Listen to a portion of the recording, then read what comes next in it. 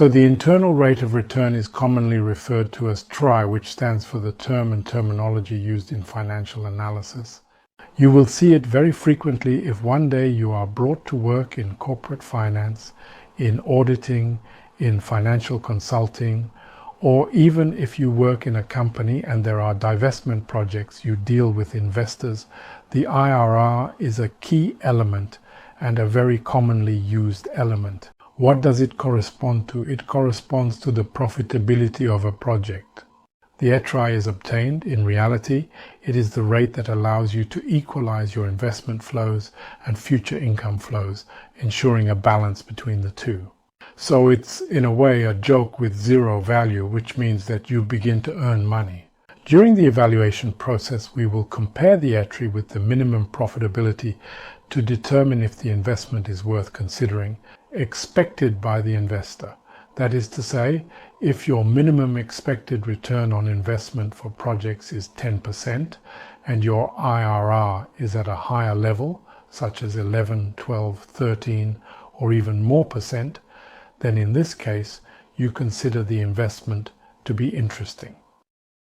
On the contrary, if it is lower, if the IRR is lower than your required minimum return, then you are in a situation where you are, according to your criteria anyway, destroying value and you do not invest, you do not carry out this project.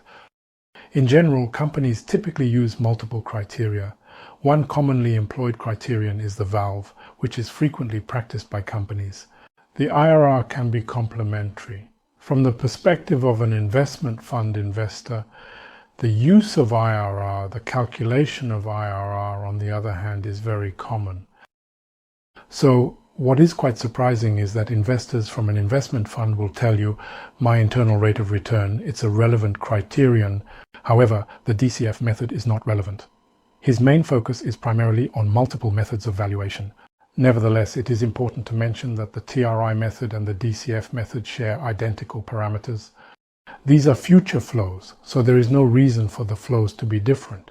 It's simply that in the DCF method, we incorporate this notion of minimum required profitability.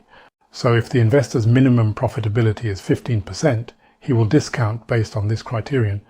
A higher internal rate of return, IRR, implies profitability of the investment, making it a lucrative venture. When someone argues the DCF method is irrelevant due to uncertain future cash flows and the random rate choice, it's important to consider their perspective.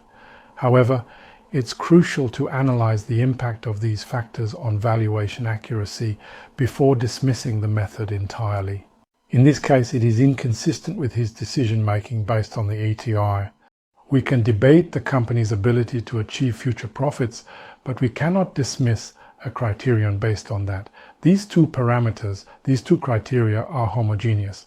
So if you want, what I'm saying is that we should consider all factors before making a decision.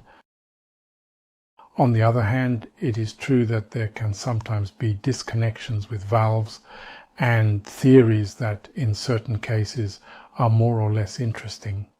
That's why it is generally necessary to consider multiple criteria in order to try to have an overall appreciation.